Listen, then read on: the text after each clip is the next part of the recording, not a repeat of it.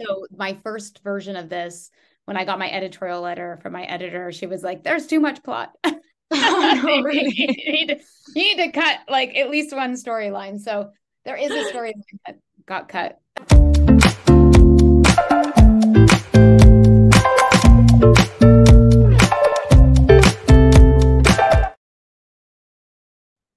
Hello, everyone. Welcome to our author interview with the lovely Catherine Mackenzie. Her book, Hazel Fine Sings Along, just came out on the 2nd of May. So we're going to talk about it after our lovely read along. How are you, Kathleen? I'm good. How are you? I'm good. I'm very excited. I love the book so much. Me and Oh, thank Aurora, my you. colleague who worked on the campaign with me, we were literally just updating each other, like, where are you? What's happening? It was lovely. Do you want to tell our readers and followers and viewers roughly what the book is about so they know what we're talking about? Sure. So it's called Hazel Fine Sings Along, and it's about a woman named Hazel Fine who joins a singing competition. Think about The Voice or American Idol as sort of her last chance to get her career on its legs, on its way. But she has a secret, and if it comes out, it could ruin her chances. And of course, there's a guy too, maybe two guys. We'll see. Yes, exactly. What was the inspiration behind the book, and why did you choose the talent show trope? Yeah, I mean, I actually had never read a book set in a talent show, and I think I, for a long time, had thought that that was a good setting for a book. I've watched a million episodes of American Idol, The Voice, other singing competitions that have come and gone. Um, and I think it's also probably just like a fantasy to audition for one of those shows, but I'm not good enough, so I got to live out my fantasy on the pages of a book. Yeah, I've never read a book set on a talent show as well, so I was very intrigued. I think I read a book on a reality show, but never a talent show, and I found it really interesting how you depicted all the behind the scenes, the producing, and all that kind of stuff. It was really nice to get an insight on how things work behind the scenes, if that makes sense, Yeah, yeah, for and sure. in the relationship between the contestants, and yeah, it was really fun. We know that you're quite the singer as well. We we saw the song that you wrote, which would be your audition song for the sing along, right? Oh, yeah, I Um, didn't write that song. oh, you didn't? No, no. What Oh, did I put as okay. my audition song? You mean on TikTok? Yeah. Yeah. No, no, no, no, no. I think that's a Billy Joel song, or is it? Or it's a song that Hazel sings, I think. It's by David Oh, Guetta. okay. Amazing. Yeah, no, But no, no, yeah, no, no. we saw that video. I Little did bird not told write about that song. it. Think Well, I think what I put on there is the same song that Hazel does, which is, I'm just looking, have already forgotten this, of course. Oh my God. It's definitely by David Guetta, and mhm. it's called, We can oh look that my up. God. Anyway, oh yeah, Titanium. Oh, amazing. Okay. Yeah, yeah, Yeah, yeah. yeah. Got it. Got it. But so you can sing and you can play the guitar, right? Yeah, I can do both. Maybe not well, but I can, yeah. When did you learn how to sing and play the guitar? I sang in choir when I was young, but I only started learning the guitar in my 20s or even later, maybe even. Did you So as find an that adult. harder to learn the Yeah, I guitar took when you I were took already? lessons. Mm. Yep. Yep. Yeah, And because I I still do learned sometimes. I learned a little bit of guitar when I was like 12. But I've heard that when you're learning when you're an adult, it gets a bit harder rather than when you're a teenager or a kid. Yeah, well, I think for sure I wish I had the like focus of a 14-year-old boy, Mm. who'll just sit in his room and play his guitar for 8 hours. So definitely, I mean, I was in um not a cool band, but like I played flute in the band in high school. Amazing. Um, so I already knew how to read music and was musical in that sense. So that helped. But yeah, it was lots of years of lessons, and Yeah. I've lost a lot of it. Yeah. like it's Yeah, one of yeah, those yeah. things where you need to keep doing it to be good. But That's anyway. true. That's true. I could never play the guitar now, I think. But it would be nice to take it up again because it's a nice skill to have, you know. Yeah, it's fun. It's Yeah. definitely fun. So Katie Wicks is obviously your pen name because your Yes. real name is Catherine Mackenzie. So you're Yeah, yeah. already an established author in the thriller genre. So why did you decide to turn to rom-com now, and what can your readers expect from this book, and how does the reading experience differ from your previous writings? Yeah, well, I mean, I started out my career writing what would now be considered rom-coms many years ago. And then I moved into darker stories. And um, when I stopped practicing law and started writing full time, I had more time on my hands, and more stories that I wanted to tell. And it's nice being able to balance out the sort of darker parts of my other books, which is something that was fun to write. So, but I do think, I followed myself into this book because there is a twist, which there often isn't in rom-coms. True. Yeah, and I mean it's not but even again, when I was writing rom-coms many years ago, they had twists in them as well. So I think that's just me. Um I don't like a straightforward story, and I think it's fun in the space to play with the tropes, but also to have Definitely. fun with them, because we all know where it's going to go at the end, and that's fine, and that's what people want. They want their happily ever after, and no worries, it's there. um I would never dare to write a book that didn't have a happily ever after and call it a romance, um but I think that women also have lots going on in their lives, not only their romantic relationships, and so Absolutely. it was fun to balance both stories. I Perfect. think so. My first version of this, when I got my editorial letter from my editor, she was like, "There's too much plot. Oh no, you really? need to cut like at least one storyline." So there is a storyline that got cut. Oh, okay. It's still Okay. there in the Wattpad version though. So Oh, yeah, that's what that was actually my next question because I know that you posted like you published this on Wattpad yeah. at first. Why did you choose Wattpad as a platform to publish the story before? Well, so normally when Wattpad publishes someone, it's someone who's been publishing their story on Wattpad, and then they, the book is either doing well, or um, for any various reasons, they decide to publish it. But in my case, they actually decided to publish. So I wrote the book off of Wattpad and submitted it to them, because they were developing their publishing program, Yeah. and or my agent did. And so, but what they asked me to do was to then go put the first draft on Wattpad. So it was Okay. already written when I put it on there. But it was to, create a fan base on that platform. And it's been a fun experience. I have to say, reviewers on Wattpad are like way nicer than reviewers on Goodreads and on Amazon. That's true. And there's no like down button. There's only like you can like something and you can leave a comment, and people just tend to leave generally nice comments or Yeah, say nothing. I saw that too. That's true because they tend to write nice comments, and if they don't like a story, they just don't read it or they don't, you Yeah, know. they just stop reading it. Yeah, So exactly, which yeah, makes yeah, sense. yeah, yeah. Which is nice. It's nice. It's better than the like, well, 1 star. Oh, I know. I know. No, but it was, yeah, it was nice to see Wattpad develop in that sense because I remember using it a lot when I was a teenager to like read and write fan fiction and then Right. to see its journey into becoming a full-on like publisher. It's Yeah, yeah, amazing. yeah, yeah. And they're publishing, more and more books, and Yeah. so that's fun. Yeah, yeah, for sure. And this was also a What is 2022 winner then. Am I Yeah, that was correct? fun. How did Yeah. that feel like? Yeah, it was really cool. It was funny. When I was gonna put it in there, I was like, oh, am I gonna like really, And then when I made the semi-final, like you're a finalist.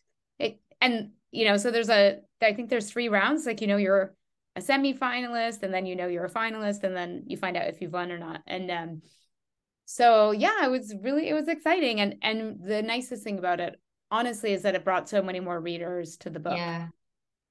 Yeah. Yeah, So it's a good window, I guess. Yeah. Well, it just lets people, gives you visibility on the platform. Definitely. Yeah. And I mean, it's amazing to me that it's like my book has 70,000 reads last time I checked, but there are things on there that have like 10 million. It's like, oh my God.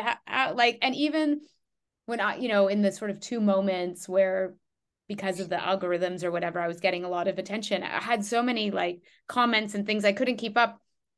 I can't even imagine the people who have like a million, I what, know, like, but it's it's amazing impossible because to of keep the up. immediate feedback that you get, I think. And Yeah. the fact that, I mean, some people also like to read the feedback and change the story as it goes, like Right. according to what. Yes.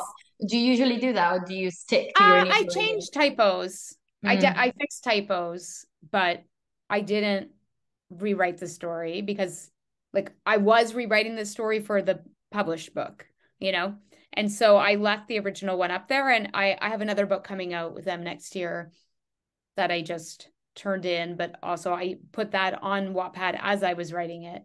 And the same thing, I won't go in and change because I think that's kind of part of the experience is for people Hmm. to see the Yeah. process and then, read the finished book, which is, like I said, there's a whole storyline that's not there anymore. So, you know, yeah, But you can find it on Wattpad you can if find you it on want to. Wattpad if you want the bigger, plottier Yeah. version of Hazel Fine Goes Along. Let's delve a bit deeper inside the book and the characters, especially Hazel. She's a very passionate and driven character. So did you take inspiration from someone you know, or did you just, No, invent I her mean, from I try scratch? to normally when I write a book, so I think of the premise first and I think about like where does that premise go? So it's going to be in a reality singing competition, but okay, like what's going to happen in this book, and then once I've sort of thought about the big pieces of what's going to happen, then I start thinking about, all right, well, who could this story happen to? And so then I start thinking about the character. And because of the twist, which I will not give away, but we do know right from the beginning that Hazel is lying about her age. And she's 28, but she says she's 22. Yeah. And so I started to think about like, okay, well, who goes into reality singing competitions, and like, why would you lie about your age to go on one of those shows when you don't have to lie? Like she could have gotten on it. So at her age, and then so I started working through the character that way. And then I usually spend the first third of the book, I'm really developing the characters in the book as I write the first third. And some of it is intentional and some of it just kind of shows up on the page. Um, but yeah, I really try not to base characters on me or people I know. Because I mean, for two reasons. One, I don't think that's fair to them, but and nobody wants to read about me in every book that I write. But also, I think when you do that, you're not doing the work to make the character real on the page. You're just kind of doing an impression of somebody that but other people don't. And so I think that often people don't come across as fully formed Hmm. when you try and do that. So Yeah, I feel yeah. like it's nice when characters kind of come to life naturally. And as you said, like some characters just kind of like came to your mind whilst you were writing the book. It's like the characters have a life of their own. Yeah, definitely. Yeah, Yeah. yeah, for sure that happens. Yeah. Did you obviously like Hazel has this big secret that we're not going to reveal? But did you know from the beginning that you were going to write that kind of plot twist? And did you know what the plot twist would be and when it was going to be revealed? Yes. Yeah. So that I always know before I start writing. Because I think whenever you have a twist, there's things that you're seeding beforehand, clues, whatever you want to call them. And if you don't, for me anyway, it's so much rewriting if you don't know where your book's going before. So I'm not a big outliner, though I did have an outline for this book actually, oddly. But I don't normally, but I always know where the book's going in general. And then even when I have an outline, I can deviate from it, Definitely, yeah. something better comes to mind or um and one of the fun parts, probably the funnest part of writing, is just how your brain makes these connections that you weren't kind of even aware that you were making until it comes out on the page. And it's like, oh yeah, I can do this with this. And, you know, so that's kind of like a puzzling together of the story is one of the things I like most about writing. Yeah, that sounds Yeah. fun. Yeah. And I mean, Um, you know, with this, it's not just the twist, but it's sort of the emotional consequences of the twist as well, and the fallout from the twist. And really, it's two twists, I think, oh yeah. that are Yeah. kind of bound up in one another, right? And so, um, I think the second twist is something that I figured out as I was writing the book. Oh, okay. Yeah. So I was a big twist that I knew from the beginning, but the second twist, I was like, well, I don't remember exactly when I thought of that, but Okay. it's deeper into the process, I think that came about. Yeah. But this is why I think it's such a good book because it's not just a romance book. Right. It has friendship, it has dreaming, and you know, Hazel has a goal. So she's very inspiring in that sense because she has a goal and she's willing to do anything that it takes to reach that goal. Yeah. Was that the initial theme that you thought of when you started writing book? Were there other themes that you wanted to explore? Yeah. I mean, I think again, you know, I think that sometimes in romances, um, characters can like be mono-focused on the relationship. And um and I wanted somebody like I think Hazel's kind of the opposite is like she's very focused on making her career work to sort of to the extent that she's making questionable decisions even. And the romance is like not something that she was looking for, even explicitly not looking for. And it's a huge complication for her. And I think it makes her sort of re-examine some of her choices. And then also I think she wasn't expecting to make friends. So she Hmm. makes these friendships and then her secret gets revealed and then that causes all kinds of problems, obviously, because you know, she's it's that's hard if you started relationships with a lie, whatever that lie is, then it's hard to repair that.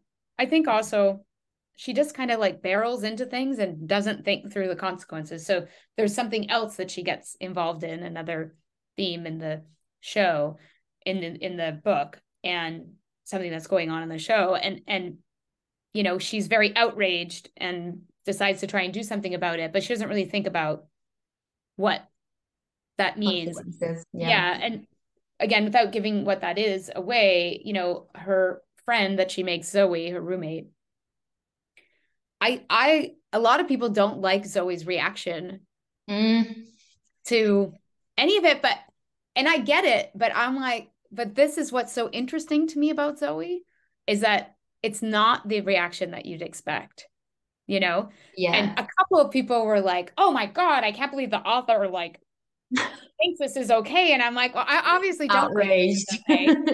okay." You know, but I'm putting in that voice because you know, one of the issues that gets addressed, I think it's fine. There's a Me Too sort of theme in here, and you do see online people do, you know, take both sides Yeah. of what probably should be a black and white issue, and but isn't always. And so I just wanted to, you know, and show that I think realistically, but also that destabilizes Hazel because even when she thinks she's doing the right thing, um, you know, someone's telling her, well, like, actually, you're fucking everything. Excuse my language, but anyway, actually, you're screwing everything up by fighting for what you think is right. You're actually screwing up a bunch of opportunities for other people, for yourself, and Hmm. she didn't think about that. So, um, but it's interesting. It's definitely been like the biggest reaction. Um, you know, and I do read reviews on Goodreads, which No, I but should. I see what you mean. Like it was important to get the other side as well. And it was an initial reaction, to be honest. Like it was just, you know, first instinct reaction from her. And it was interesting to read because obviously my first reaction would have been Hazel's reaction. Right. But yeah, no, But it's look at all interesting. the people who hate on Amber Heard on Twitter, Yeah. for instance. She's, you know, like, uh, and maybe people hate on me for saying this, but a court in England heard all of this and decided that he had abused her. And the court in the States also decided that he abused her. He said she defamed him, but he also defamed her. But she's the villain, and it's insane. You know, it's insane that people defend. Yeah, I mean, that's the strongest voice, but obviously there's a chunk of people that have the opposite opinion. And that's why it was so realistic for you to write that about Zoe, because then we have two sides and we can compare, you know, opinions and stuff. But yeah, obviously the majority of the people, I think, would be on Hazel's side as a first reaction, you know? As a first reaction, yeah, maybe. But I think, you know, I think you see it anytime a celebrity does something wrong, you know, people feel with celebrities like that they know them, and you know, so it's like, and they like them, so you feel like, oh well, they can't do anything wrong, but of course they're human and they do things wrong all the time. And I think people project onto other people a lot. Absolutely. Yeah. I think people are now understanding what we're talking about. what maybe what always was. But yeah, it's fine. It's fine. I want to ask you something that we usually ask our readers in the read-alongs as well. Now that we're talking actors, actually, if your book was to be picked up to become a film or a show, what actors and actresses would you choose to play the main characters? I'm so terrible at this game because it's, you know what? Because when I'm writing, I am not actually a visual reader. Like when I'm reading, I don't imagine what people look like in real life, attach actors to them, and I don't do it normally when I'm writing either. And so I always get asked this question. I'm always like, damn it, I don't know. I honestly don't know. I don't know. But for Hazel, Zoe Deutch's name just like popped into my head. Nice. She's sort of like the queen of rom-coms right now. So, and then for Benji, I think I had actually on Wattpad, I did cast at the beginning of the thing, and I'm trying to think, I had the guy from The Good Place, Manny Jacinto. I think I put Manny Jacinto, but he's probably a bit old to play the role, but he'd be funny. And then for Nick, yeah, I don't know. That's an I important. think I said in the book that he looked like Max Irons. Yeah. So there you go, Max Irons. Perfect. No, it's always interesting because for me, like when I'm reading, I usually picture actors and actresses. But yeah, well, who did you picture? Who did you picture then? But what I do usually is when I'm watching something in that moment and I'm reading something, then I tend to picture the actors and actresses that I'm watching on that TV show for the book that I'm reading, because now I have like those people in my mind. But yeah, it's so you don't usually do that. You don't picture like actual like real people. I don't. No, sometimes I go and get like stock images of, so I'll be like, okay, they're 25, they have blonde hair, and then I'll Google like stock images of 25-year-old blondes, and then I'll pick somebody that's not famous just to use as a way of like describing their face and stuff like that. But yeah, no, I don't tend to do the celebrity comparison.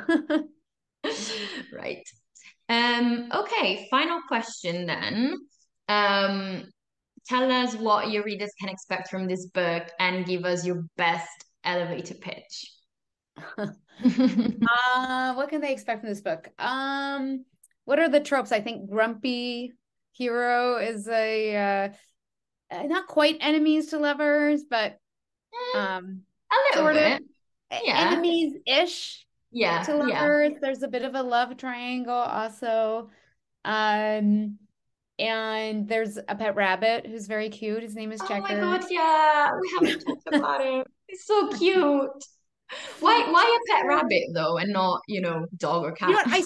I started working on this project with a friend of mine, and she has a pet rabbit name, or she had a pet rabbit named Checkers, and so which she couldn't keep because he was pooping all the time and he was a disaster. But so we decided to like immortalize Checkers in Hazel.